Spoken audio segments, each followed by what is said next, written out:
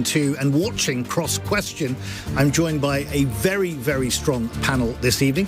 To my left, I have Wendy Morton, the Conservative MP and a former Chief Whip. I have Liam O'Dell, the journalist and disability rights campaigner. On my right, I have Emma Sinclair, the entrepreneur and also the chief executive of Enterprise Alumni. And on my far right, although again, probably not politically, I said this every night, I have Ronnie Cowan, the SNP MP for Inverclyde as well. Now, lots to discuss tonight. You might want to think about the junior doctor strike that's just started, 72 hours. They want a 35% pay increase. You might want to talk about the asylum backlog, where the Home Secretary, Suella Braverman, has admitted that the government might not meet its targets on reducing that backlog.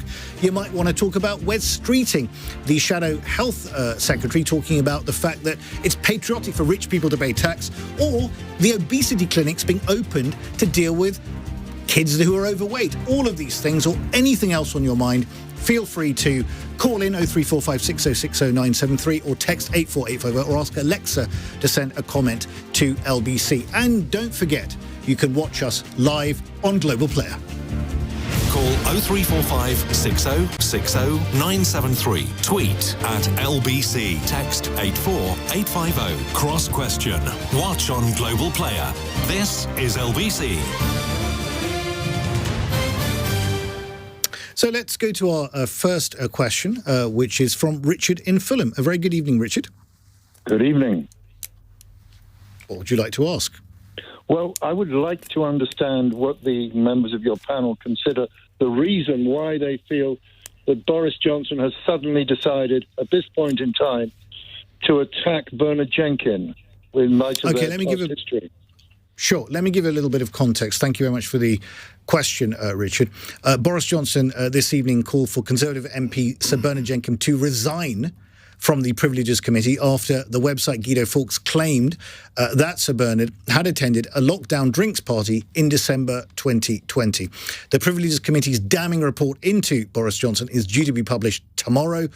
You know that. It's going to come out tomorrow morning. Sir Bernard also happens to be a former chair of Vote Leave. Well, I've got to come to the former Chief Whip on this one. Wendy. I think, look, first of all, what I would say is that the main report is out tomorrow, so we will have to wait and see. The suggestions, I'll call them allegations that we've heard about another lockdown party, I simply don't know. And I might be the former Chief Whip, but I wouldn't know everything. You can't expect me to. So I think that really is a matter between Boris and between Bernard. And I just think that, let's wait and see where we get to with the report tomorrow and go and move forward from there. I think it's also really important that I feel as a parliamentarian to not lose sight of the things that my constituents are talking about and the challenges that they're facing in all of this as we try to work our way through what is undoubtedly quite an interesting time in politics at the moment. Wendy, do you think? Obviously you were in charge of discipline, or I know it's a difficult job within the Conservative Party these days, but do you not feel that this has all become a completely unedifying spectacle for the public to witness? I think, look, as Chief Whip, it is difficult. One of your jobs is discipline. Things have changed even a lot since when I was Chief Whip towards the end of last year. But however you look at it, there is a committee that was set up to look at this particular issue. It's only right and proper that they do that work, and then the report comes out, and then it can be judged. So obviously, I'm not going to preempt that, but at the same time, I do think it's incumbent upon us all as MPs. Certainly, I feel it's important to remember who elected me into Parliament. That said, my inbox is not, I might regret saying this, Ali, but my inbox is not full of emails about this. It's people who are raising other issues. And everybody has a view on Boris. I mean, my personal view is that, let's not detract. He may not have done everything right, but he had a charisma. He delivered us a massive majority in 2019, and we did get that vaccine rolled out during the COVID pandemic. Well, Wendy, if your inbox is not full enough, I'm going to send you an email later tonight. Thank you very much for that. Ronnie. Yeah. Why is he attacking Bernard Jenkins? Alexander Boris the Faithful Johnson seems to have been abdicating himself of any of his own responsibilities his entire life. He's never really understood that he's also bound by conventions and he's bound by a network of behavioural patterns that we all obey in life so as society can actually function. Boris has got his own rules for Boris, and when he's caught out, he lashes out at everybody and anybody around him. Sir Bernard Jenkins is the latest of a long list of people who's blamed. He's blamed everybody, I think, that hasn't stood by him all the time. He doesn't like criticism, he doesn't accept any criticism, he doesn't accept he's done anything wrong, therefore he takes no responsibility for it. And Bernard seems to be the latest. But Ronnie, let me ask you this.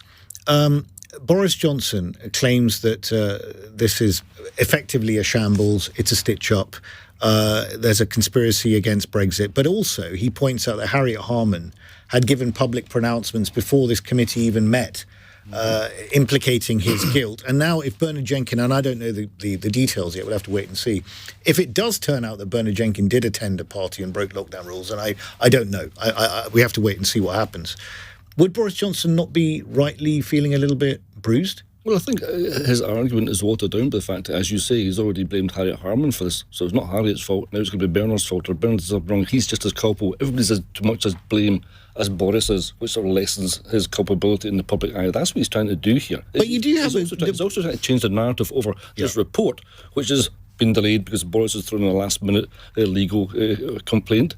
So we won't get that report, maybe tomorrow morning. The contents of that report are what we should be talking about, not Boris Johnson, his career. But don't the people involved, and again, we have to wait and see what happens with the Bernard Jenkins thing, so I'm just being cautious about that. But if it does turn out that there has been, let's say, some inconsistency in terms of how certain members of the committee have behaved in terms of their own conduct, would that not actually then cast an aspersion over the whole entire work of that particular committee? I think you have to decide to what degree it is influenced. We've all got opinions, even if we sit there and say nothing about it. Anybody that was going to chair that particular committee or any committee is always going to have their own opinion before they see any evidence. But people have to be professional enough in that situation to take it on board and say, this is what I've heard. We do it in select committees all the time. We produce reports on all sorts of things. I'm in PACAC, we look at a cabinet office, look at the civil service, look at how these things work. And I've got my preconceptions there. But if you sit there and listen to people giving you evidence, you have to clear your mind of that and say, well, what have the experts told me and how do I then form my opinions around it? But Harriet Harman may not have said something, but I'm quite sure she's professional enough to chair a committee, which has, I think I'm right in saying, has got a majority of conservatives on it. That's true. Emma? I'm an entrepreneur. I tend to be forward-looking. I tend to say, let's spend our time on the things that really matter. It's nearly 8:15, and we spent 15 minutes talking about this when we don't know what the outcome is, with the greatest of respect, and we've all said the same thing. Do we want to bring everyone down one by one, and one person potentially tonight, another person tomorrow? I'm like, the country is at a really important inflection point. We have an economy to worry about. We have jobs to worry about. All those things in your inbox until 2 minutes ago, whereupon obviously your inbox is going to be flooded with everything else. So my view tends to be that I'll certainly be reading the news tomorrow. I really like to focus on the things that matter, generally speaking. Emma, I understand your point, and I think it's a very valid one. However, probity does matter in public life, doesn't it? Sure. And it also matters where you hear the victims outside the COVID inquiry saying that they had adhered by the rules, they hadn't been able to go to funerals or visit their loved ones in hospitals or whatever the case may be. We remember the Queen as well, sitting alone at that funeral. So if a government is passing laws that the rest of us have to live by, then you have to be totally above board yourself, don't you? Sure, whether it's parliamentary, whether it is running a business, whatever else it is. So not for one moment am I suggesting, well, to hell with it, people have behaved badly and let's just get on with it. But also, it's just become sort of like this incredibly toxic, elongated narrative before decisions are made, trial in the public. And my point is, yes, this is very important. A lot of people, as far as I understand it, broke COVID lockdown rules. Lots of people we do know about, lots of people we don't know about. Let's get the clarity, and certainly people have to hold themselves up and be responsible. I'm just suggesting that there are so many things, and to your point, Wendy, inboxes are full of things that really, really are important. And on the list of things that are important, perhaps there are other things that are more important that we should be fixing. Liam? Yeah, obviously, as everyone else has said, we don't know the circumstances surrounding Sir Bernard and the matter relating to him. But what I can say about Boris choosing to do that is it's this is yet another instance of a former Prime Minister who cannot accept failure, who cannot accept when his actions have caused hurt, upset whatsoever. And I know we don't want to preempt the report from the Privileges Committee, but we know from the reaction that he's continuing to give now that it is utterly damning of him. I think it's laughable that he's calling this a witch hunt. The only witch hunt I see in the Tory party is Jeremy Hunt, the Chancellor of the Exchequer. But this is a man who is decided to resign rather than face the electorate, and he could have gone through the whole journey of this. He could have had the report be published from the Privileges Committee, had MPs decide whether this was a whole sham that he's like he says it was. It could then obviously go to the recall petition, which then has to meet a certain amount of threshold, and then obviously there would be the by-election as a result of that. I think ultimately, this is just a distraction, as everyone else is saying, from the major issues. I'm more excited for my constituency of Mid-Beds having a by-election where hopefully we can no longer see it as a safe. You're going to have an important role to play very soon as an elector in Mid-Beds. Absolutely. But Nadine Dorries hasn't stood down yet. Well, so yes, we may be waiting a while. Just before we move on, I just want to come back to you, Wendy, on this, because Emma made the point about serious issues out there to solve. And this is a point that Keir Starmer made at Prime Minister's Questions today to the Prime Minister Rishi Sunak about the fact that we've been talking about a resignation honours list for the last few days from a former Prime Minister who's actually left, some would say, in disgrace. Do you think that actually puts the Tory party in a good light?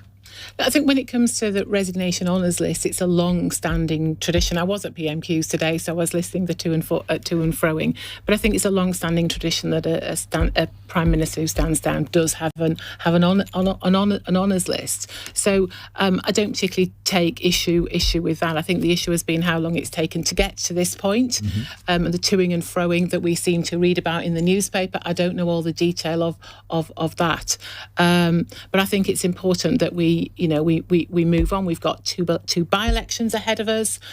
We need to get on and fight those by-elections, and then continue to do the work of government. The Prime Minister's got his 5 priorities that he's set out.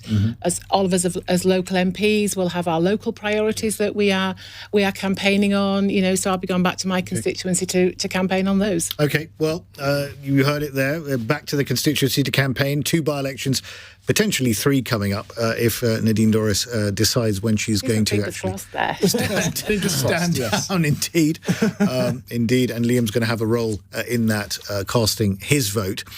You're listening to Cross Question on LBC. If you want to get your question into our panel, you can do that by calling 0345 6060973. You can text on 84850. You can ask Alexa, who's always very, very decent and responsive on these matters, to send a comment to LBC followed by your question. You're listening to Cross Question on LBC. It's 8:17. This is LBC.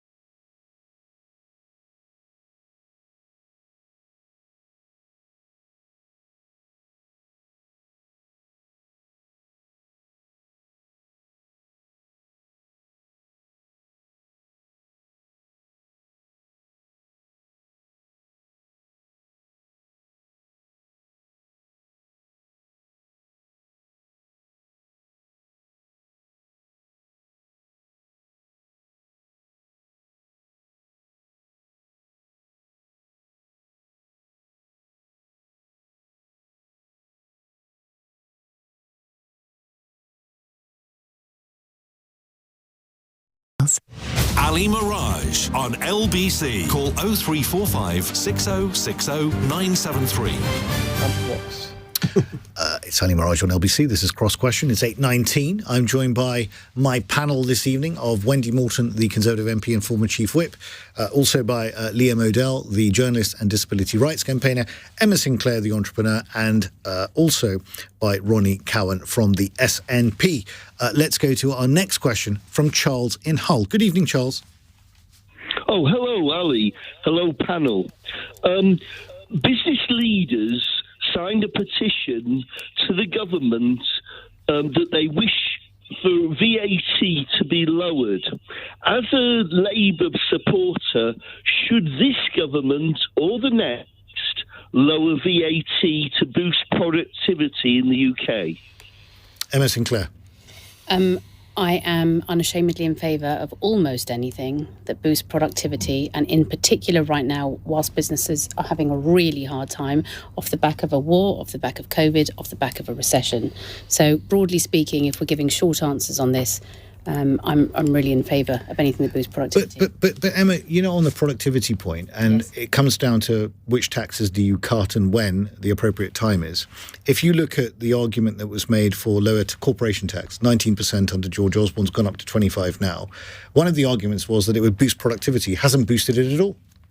Well, I suppose it depends on the definition of productivity. The question also becomes, does that incentivise people to build more? If you think about corporation tax versus VAT, that's quite different for me. Does lowering corporation tax or capital gains tax or whatever else it might be boost productivity? But I think people who are motivated to create and generate, the more that you can incentivise those people, the more jobs that get created, the more. So I take your point, but I'm broadly in favour of things that boost productivity. Does VAT boost productivity? Not necessarily, but does it help generate and boost business? Yes, I think so. Especially, I can understand cigarettes and petrol and a couple of other things, but broadly, I'm afraid I'm... Yeah, all the fun things. Yeah, not sorry, not that I smoke. Or drink. Ronnie Cowan. Yeah, I agree with what Emma was saying there. I'm not sure how a cut in VAT would actually boost productivity. If you can prove that it does, then crack on, absolutely. But tax has to be raised, unfortunately. We all pay tax. Hang on, this is breaking news. Sorry. It's a question of how we spend that tax. Did I hear that right? That an SNP MP is saying that we should cut VAT? I didn't say that. No? If you can prove that, if you can prove that it boosts productivity. I thought I might have misheard that. I'm going to Google immediately and see if I can find the answer. How do you prove it? Because it comes back to my point. With respect to it was a double-barreled question there. Yeah. All tax has to be raised, has to be spent wisely. If we want to boost productivity in companies, we have to look at investing in companies, particularly sort of incubation companies, where we get small companies, where you get, rather than investing in the big companies, and let's make sure the big companies pay the right tax they should be paying. Let's take the right money off the major companies and invest that in small growths. If you plant the seeds today, so as these entrepreneurs can find their future maybe 10, 15 years down the road. All taxes should be raised. We should invest in small businesses. I'm saying the taxes which are raised currently, we'd be well advised to invest into small companies to help them grow. You're saying that way, yeah, okay. I understand your point, but you don't sound convinced that which is currently 20%, it has been 20% since 2011, is actually going to move the dial on productivity from your perspective. No. Right. Liam? Well, I think obviously any tax system needs to be fair. And I think if we're talking about productivity, which is the one thing that I would probably pick up on this, is that if we want to talk about improving productivity, one of the biggest and strongest arguments I'm seeing at the moment to help with that is a 4-day working week. Oof. The campaign for that has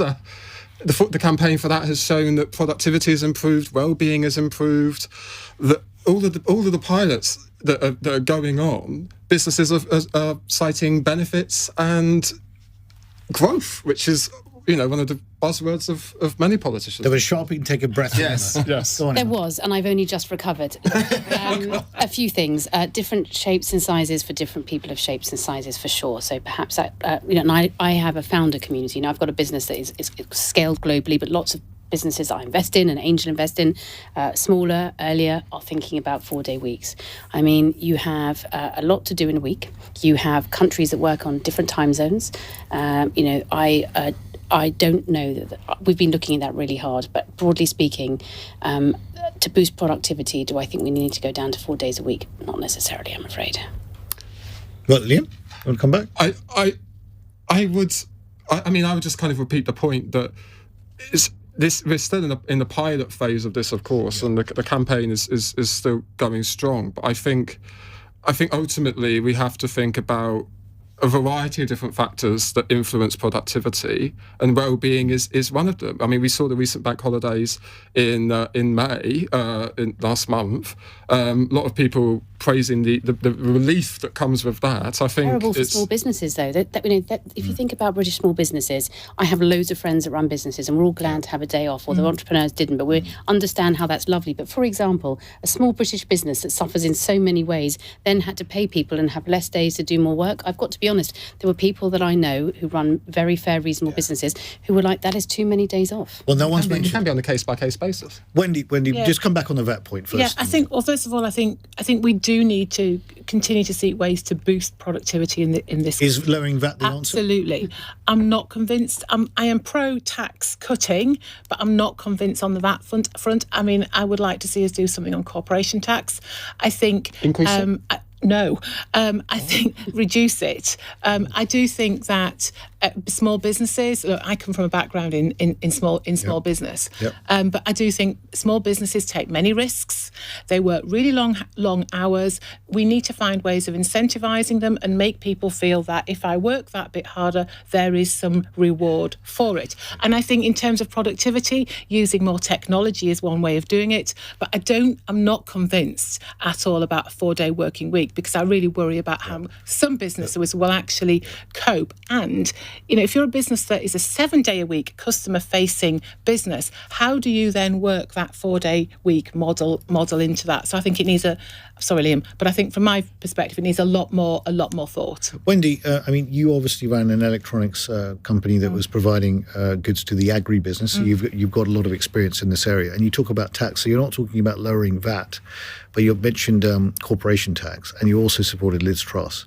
With hindsight, do you still think that it was the right thing to do to talk about a corporation tax cut when we've got 2.4 trillion of public debt and 400 billion of borrowing on the back of COVID? I do come from a background in small business. We set our business up with £40 a week enterprise allowance, which might not seem a lot, but it felt like the government was supporting us in some way. So I still believe that we should be looking at ways to support business, to support entrepreneurs, and I do believe that cutting corporation tax is one of those ways that if we're not going to do it now, we certainly need to keep it on the radar. Liam, you're not convinced at all?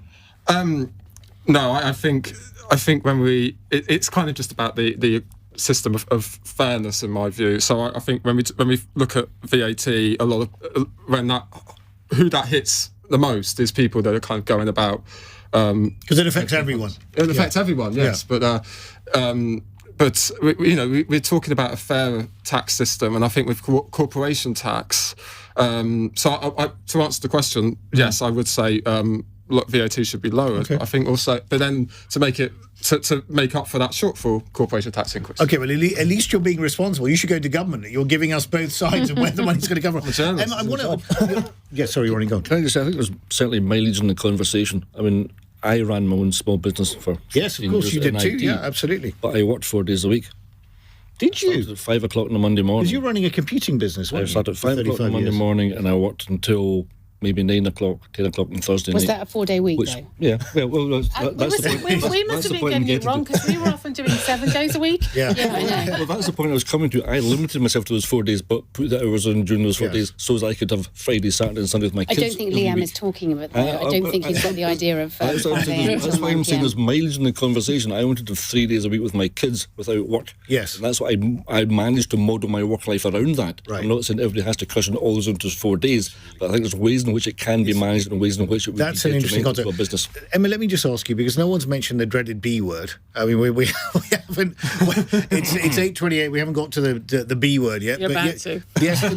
Yesterday, George Parker from the FT was here, and he was talking about the effect that Brexit has had on his own brother's business. He runs a small business. You speak to entrepreneurs. You're an entrepreneur yourself. I am. What are you hearing out there on that point? I'm afraid I don't know whether everyone's going to like this. So in my world, a lot of people have built businesses that are scaling and scaled. Most of us don't come from money. We started things from scratch, and we've got some scale. We hire and employ quite a lot of people, and a lot of us are global. I mean, there's a lot of people that aren't happy, and there are a lot of people that are. I will say the thing that most people are doing is recognising that it is what it is, and therefore we have to navigate the system as it is today. So you're being pragmatic about it. Pragmatic, and that would reflect the circle that I inhabit and engage with typically, and of course I speak to lots of other people with different type of opinions. There are things that are prohibitive and challenging on one side of the fence, and other things that might engage other people about why it makes sense. But entrepreneurs are typically, or the entrepreneurs that I know are typically pragmatic people who find ways to navigate around problems and challenges. It does not mean, for example, that some of the really small businesses I know have not really had challenges from tax regulation, paperwork, logistics, stock and supplies. I'm not suggesting that lots of businesses have not had an absolute nightmare, but it is what it is, and it's not going to change tomorrow. So let's find a way to work around the problem, would be my general take. It is what it is, Wendy. Quick comment Emma, from you. I'm going to get hate texts for saying that. But Emma is absolutely spot on, and I think that is the business approach, a pragmatic approach. I take a pragmatic approach, whether you leave, whether you remain. We have done Brexit. The UK, it's about making it work the best we can. I get a mixed picture from businesses. For some, it has not impacted on them whatsoever. And for some, they have gone out there and they have found the opportunities. But yes, for some others, there are challenges that they are still working through. But it's about identifying those challenges. It's not a lack of sympathy, right? It's not a lack of sympathy for people that are suffering. Quick comment, Ronnie. Yeah, just politicians made a complete mess of Brexit, and even in terms of the negotiations. Well, even Nigel Farage will say that. And then what we've done is we've passed a buck over to businesses and said, we've made a mess of this, can you please make this better for us? And because the nature of those people, they are very slowly coming to grips with it, but we put so many problems in place which we shouldn't have had to put in there in the first place. Liam, quick comment? No comment on Brexit. You missed the news. Very sensible. Very, very sensible. Well, you're listening to Cross Question on LBC. If you want to get a question into our panel, you know what to do. 0345 6060973. You can text 84850. You can ask Alexa to send a comment to LBC, followed by your question. You're listening and watching Cross Question on LBC at 8:31.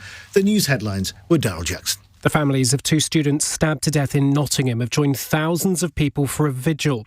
The father of Grace O'Malley Kumar urged students there to look after each other. The third victim has been identified as a 65-year-old school caretaker. At least 78 suspected migrants have died after an overcrowded fishing boat sank off the southern Greek coast. Authorities fear many more are missing. Retired senior doctors will be able to offer virtual consultations from anywhere in England as part of NHS efforts to bring down waiting lists. It's also hoped it will reduce huge costs spent on agencies. LBC weather, any showers passing to leave a dry night, low cloud for parts of northeast England and a low of 8 degrees. This is LBC.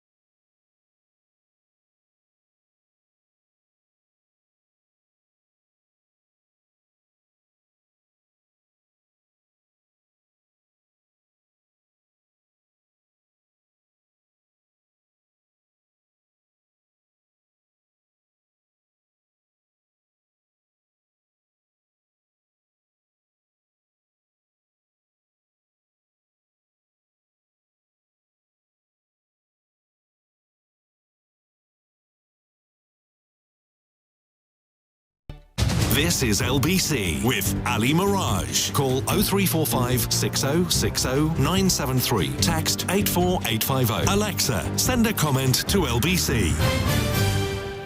It's 8:34. You're listening to Ali Miraj, and I'm with my cross-question panel this evening. Wendy Morton, the Conservative MP and Chief Whip. Wendy, I've got to ask you this, and I'm sorry to ask you this. Chief Whip, John Perrott, thankfully. Former Chief Whip. I wanted to ask you this. Do you regret supporting Liz Truss? Not at all. Good for you. At least you're open and honest about it. Do you think, with hindsight, anything should have been done differently? Very briefly. Look, hindsight's a great thing. She moved very, very quickly. I think she thought that was the right thing to do in the context. It was a very difficult time. We just had the passing of Her Majesty. Yeah, sure. But she was determined to deliver for the country. So I backed her, and I chose to do that, and I still think that, for me, that was the right thing to do. All right, okay. Liam O'Dell, journalist and disability rights campaigner. Very good to have you here, Liam. You've got your new book. You're working on a new book entitled Selling Out the Spectrum. Yes. Thank you for the plug. It's a long way off yet, but it's looking at kind of trust, particularly in autism research, which is obviously a hot topic, off the back of Wakefield continuing misinformation around vaccines and autism, looking at how it's lost the trust, but more importantly, how it can win it back. And my hope is that there's some interesting conversations that will appeal to everyone around how we have better conversations with one another. And Emma Sinclair, the entrepreneur, who's also Chief Executive of Enterprise Alumni. I was very... it was very good to read, actually, Emma, that at 29, you were the youngest person ever in the UK to take a company public on AIM. It's true. And your other claim to fame is that you also went to the same school as I did. Did I? Yes, which was also Luciana Berger, who was here the other night, also did. See, the old school network. Yes, again, typical. Old school network. And I didn't even tell I'd love to tell everybody that it was a really high-end boarding school that cost a fortune, but it wasn't. No, indeed. We can't pretend that, can we? No, we can't. And Ronnie Cowan as well from the SNP. Ronnie, great to have you. And you spent proper time, 35 years actually running a business. I always ask people who do that. I spent 35 years working in IT. The last 12, I ran one business. Yeah, do you think it's important? I ask people this when they come in. Do you think it's important for politicians to have real-world experience? I think it's important that across the spectrum we have politicians who understand all sorts of aspects of life. There's lots of people with experience that I've not got who are worked in the civil service, worked in banking, worked in teaching, worked in the medical profession and stuff like that. So it's nice to have that mix within. Indeed. Well, look, one politician who has an experience that some of us don't have is Nadine Dorris. Has just come in now. Some breaking news for you. She just tweeted about the fact that she still hasn't resigned as an MP. Sorry, Liam, you're going to have to wait to cast your vote. She's obviously the MP for Mid Bedfordshire. She says that she's requested copies of WhatsApp messages and text messages and all emails and minutes of both the formal and informal meetings with names of senior figures unredacted regarding the rejected recommendation that she would be given a peerage, and is going to continue serving in Parliament until she gets all those messages sent to her. But it's absolutely her intention to resign. Now, that's really made me breathe a sigh of relief. Liam? Intent is very different to actions. What we're seeing is her putting her self-interest above her own constituents. I couldn't care less if she gets a peerage or not. What I want to see is a politician that's doing their job, and she hasn't been representing Mid-Beds well in Parliament. She hasn't spoken at all, or not a lot at all, since Boris Johnson's furore. I think she's holding constituents to ransom. Let's have a by-election. Well, and for those tuning in, Liam is one of her constituents, so that's why I went to Liam. Just very, very quickly, Wendy, before we go on. Look, I think she said she's going to resign. It's down to Nadine, so I'm not going to get dragged into this. I'm going to stay focused on what I do. Ronnie? She's backtracked. She's realised she's not going to place in the House of Lords, and she's pulled one out to which, unless this is done, which she knows it's not going to get done, I'm just not going to resign. She's just hanging on. Emma, she says she's a Liverpool girl who's been stopped by posh boys getting into the House of Lords. Any sympathy? I look forward to moving on to the next subject. I've got nothing I can contribute on very that good, matter. Very good. Ben in Clacton's got our next question. Very good evening, Ben. What would you like to ask? Good evening, Ali, and good evening, panel. My question is, why has the government criminalised protest? Well, that is a very interesting question. We've been talking about that for the last hour, the first hour, in a very sparky debate. Ronnie? That's a great question. They've also changed the rules around voting. We've now got a voter ID, which I think is going to be detrimental to people turning out and engaging in the democratic process. We've always the right to vote. We've always the right to protest.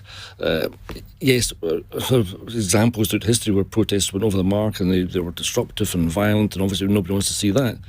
But we've got a very controlled system, particularly at Westminster, where you book where you want to protest, where we're going to get together, how many of us are going to be there, where we're going to march to, how many people are going to speak, and when we're all going to disperse. And yet that's not good enough, apparently. And we're now going to clamp down on people being too loud, and we're now clamping down, if I'm right in saying, people walking too slowly. Well, Ronnie, you have to accept that a lot of people up and down the country have been quite frustrated about some of the tactics, particularly of Just Stop Oil, in recent months, which is blighting people's lives. And we were talking about this earlier. What do you say to them? I've protested before. I've been in marches for things that I believed in were important, and to raise the profile of it. Maybe you get hundreds of thousands of people out in the street, and yes, that can be disruptive if you're stopping traffic. I absolutely get that, but I think the fundamental question is, do people have the right to raise their voice? And these people are doing this out of frustration and disappointment and anger in the first place. So let's address the issues that they want to bring to us in the first place. Liam? Change doesn't happen quietly. We've learnt that from history. You don't kind of you don't raise these issues with please and thank yous.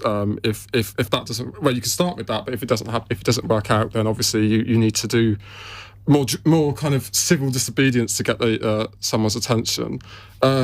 But criminalising protest, it goes back to what I said in a previous question about Boris, and I'm not going to drag us back down there, but it comes back to accountability. Why is the government, I'm kind of answering that question with my own question, but why is the government not allowing for accountability and allowing for people to voice their discontent? What they would argue, Liam, is that they are, but they've also got to balance the rights of the protesters with the rights of people to go about their jobs and get to their businesses and take their kids. We haven't heard anything about the actual conversations that they are having with Just Stop Oil or having with Extinction Rebellion. There seems to be no clear communication that they are at least sitting down and listening.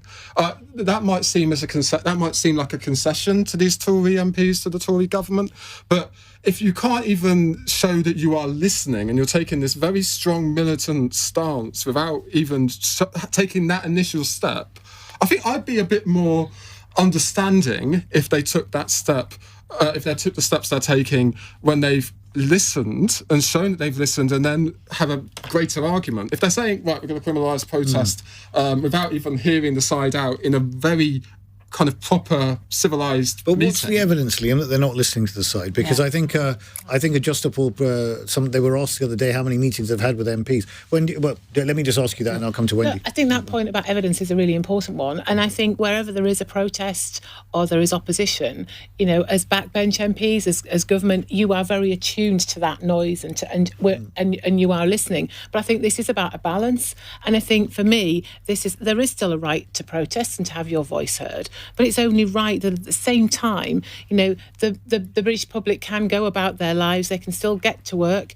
If we want to boost productivity, we've got to help businesses get the kids to school, get to that hospital appointment, and so for me, I think it was right that we needed a bit of adjustment in terms of that balance. But of course, there are still mechanisms and ways in which anybody can make their voice heard. But I think it was going a bit too far. Sorry, Nick, go on. Yeah, but I was just saying, if you want to talk about helping people get to work and other things like that, let's resolve the strikes. Why, the train strikes are a massive issue that's affecting people to transport to work, transport about, and we heard in, I think it was a transport committee, or certainly one of the committees, that it's costing them more to fight these strikes than listen or even indeed pay what they're asking. So your point, Liam, is that there are many ways that people's lives are being disrupted, not just protest. Well, that primarily, but also if we're talking about just disruption, there's. Why aren't we talking about strikes and taking more action on that? Okay. May I? Yes, I suppose, look, you can expand any conversation to lots of other things that we're all thinking about. If I was to take it back to what you were asking, look, on the one hand, I think there's a big difference between protest and mass disruption.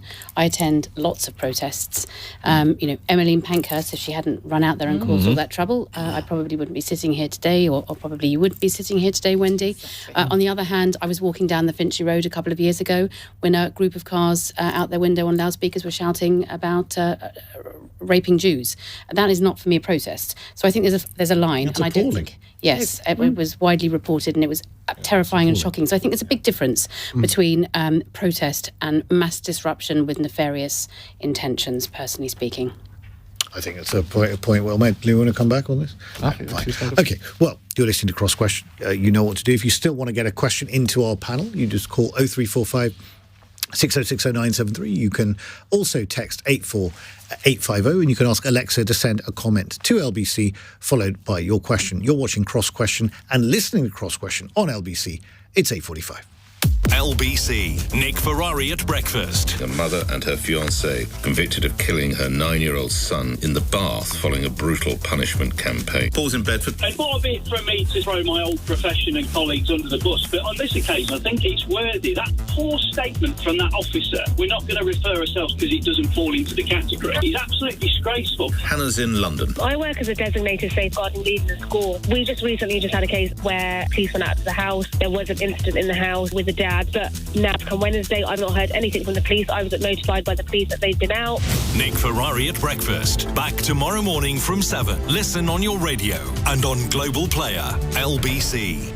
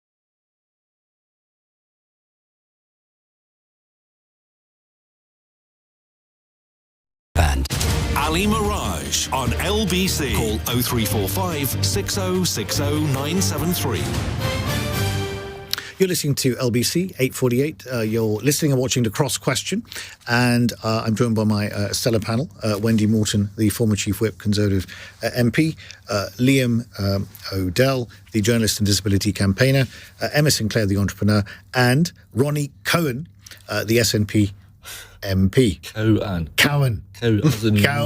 Moo. Yeah. Cowan. Okay, great. I will get there in the end. Sorry, Ronnie. Well, let's go to our next question from Jane in Oxford. Good evening, Jane. Hello. What would you like to ask? I would like to ask that we're so desperate for our doctors, nurses, teachers, so many, of our care workers in this country. I just don't really understand why, they're paying £6-7 million a day for immigrants coming to this country, and we actually can't pay for our doctors and nurses to actually stay in our country because they're actually leaving us because they're not getting the pay. So there's something desperately wrong. Okay, Jane. Liam. I was really hoping you weren't coming to me first. I think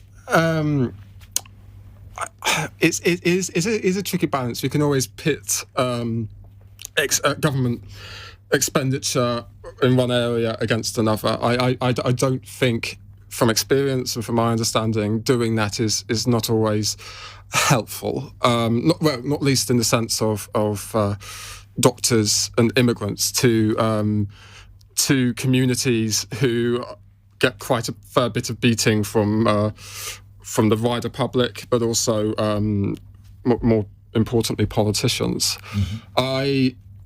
I think the question speaks to a broader point around immigration, whereby I think we need to show compassion for this. I think I would worry that I would say that with immigration we need to have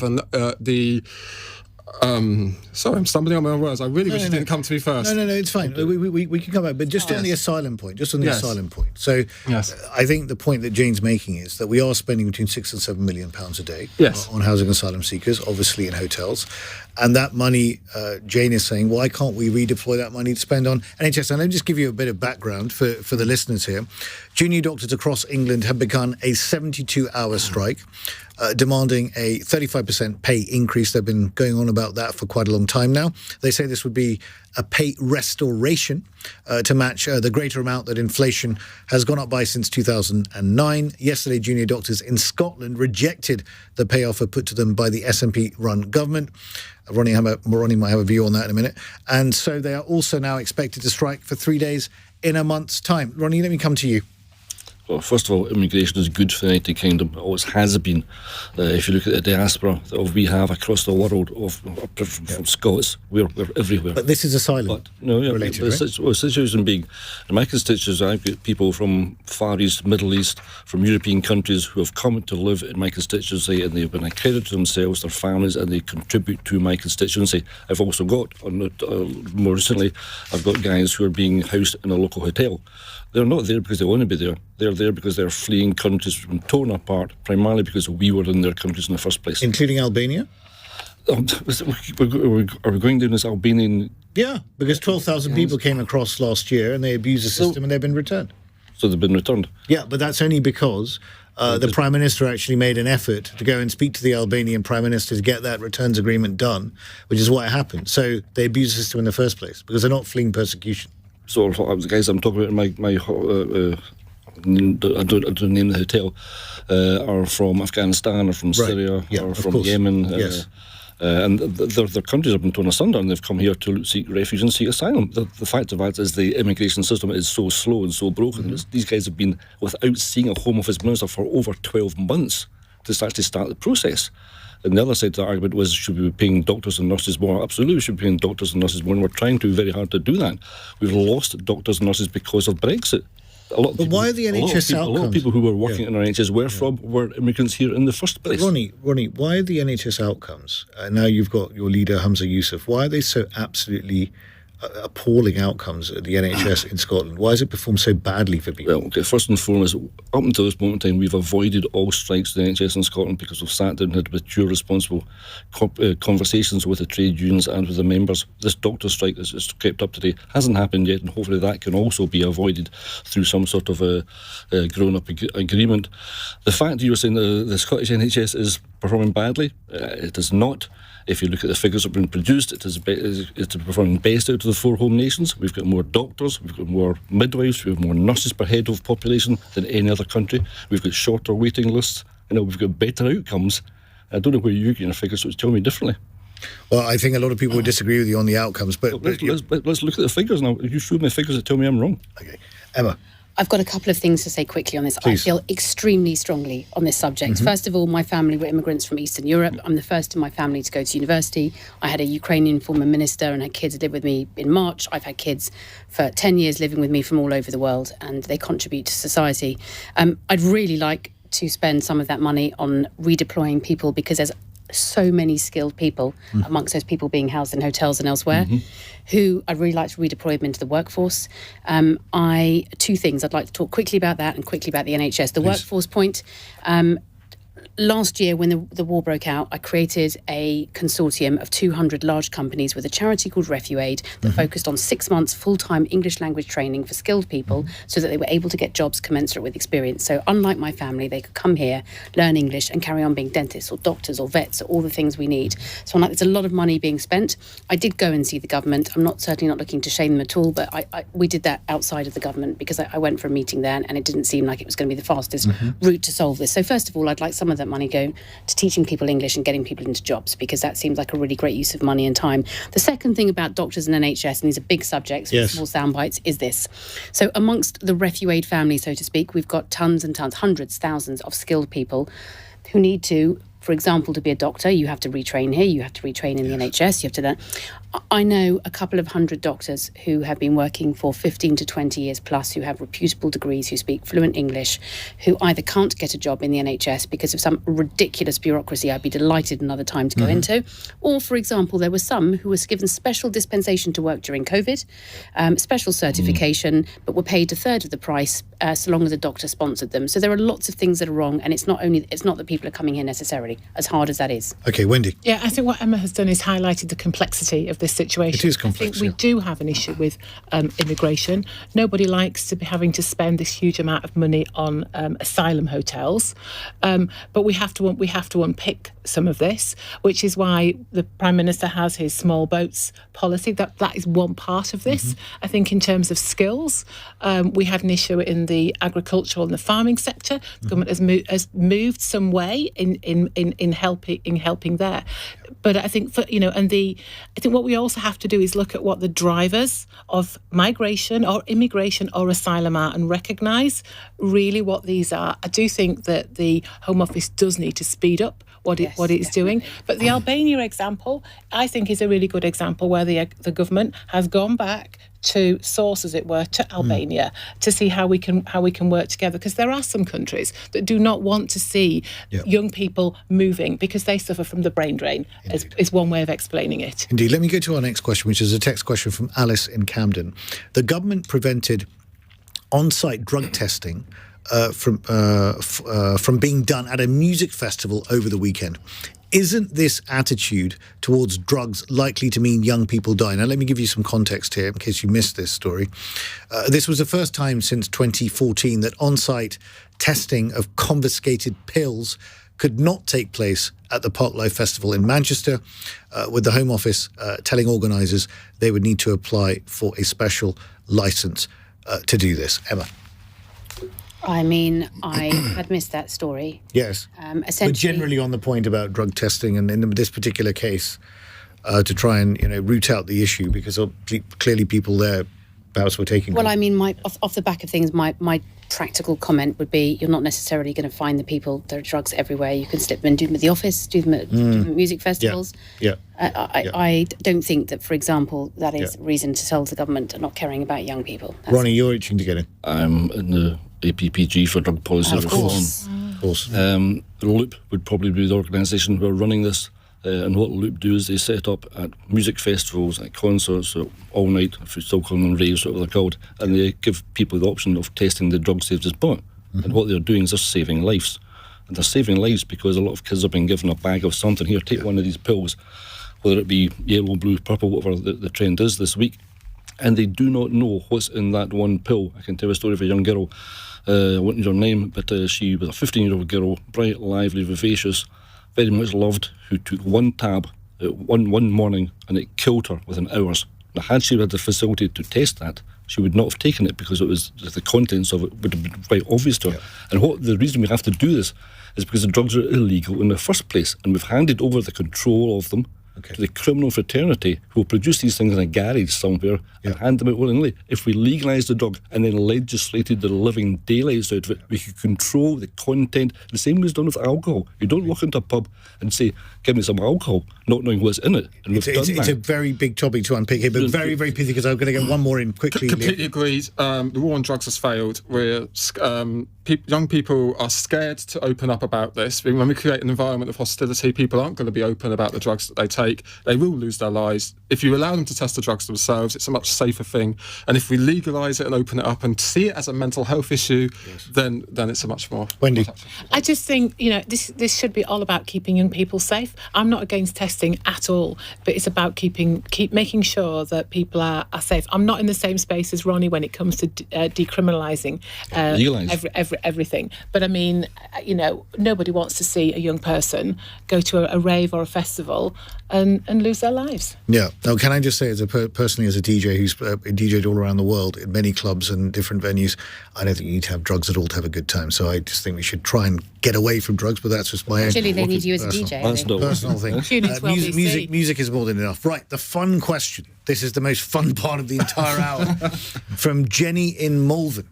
Staff at an Indian restaurant in Birmingham got a bit of a shock last night when singer Pink popped in for dinner just before her concert at Aston Villa's football stadium. Have you spotted a celebrity in an unexpected place? Ronnie? An unexpected place, I'm not too sure, because I bumped into and I had my photograph taken in a very nice chat with Keanu Reeves, but he was in Portfell's house visiting Westminster. Is that an unexpected place? That's fantastic. I got to be the one of Reverend Jesse Jackson, who's a hero of mine, so that was a great privilege to bump into him. But those were both in Westminster. What I find is the London Underground is a great place to sit and think, is that a famous person? Is that who I think it is? By the time they've golfed or I've golfed, I've forgotten who they were. Emma? Well, my celebrities are honestly people that have started large businesses, so I get quite excited if I'm in the airport and I spot business people. But I spend a lot of time in Los Angeles for my business. I've seen hundreds of people that would be considered celebrities. I suppose one of my favourites is being in a Chinese restaurant in Beverly Hills, sitting next to Stevie Wonder. I said, these are the best noodles in the world I've ever had, and he started singing, I just called to say I love you to the noodles. Very quickly. One of the benefits of being autistic is that I'm very good at recognising faces, and I'm fairly certain that I recognised Louis Theroux just as he was leaving a Starbucks coffee once, and I would have loved to have a chat with him. Excellent. Wendy? I clearly don't go to the right places. Once upon a time, before I got involved in politics, I might have spotted a politician and thought, wow, that's so-and-so. But I think things have moved on. Well, thank you very much indeed. What a fantastic panel to Wendy Morton, Liam O'Dell, Ronnie Cowan, Ali. Cowan, and Emma Sinclair. I will get it right at some point. Thought block. Thank you very much. Fantastic panel. And I'm late to the news, so I'm in big trouble. But coming up next, the NHS is to open 10 more specialist clinics for severely obese children in the face of soaring numbers of under-18s suffering weight-related health problems. These centres are going to be announced at the Health Service Conference, and they're going to bring the total number of such institutions to 30, double the number originally planned. Hospital admissions of obese children have nearly tripled in a decade, rising from 3,370 to 9,431. This is an issue that has been going on for a long time now. Obesity is a huge problem for the NHS.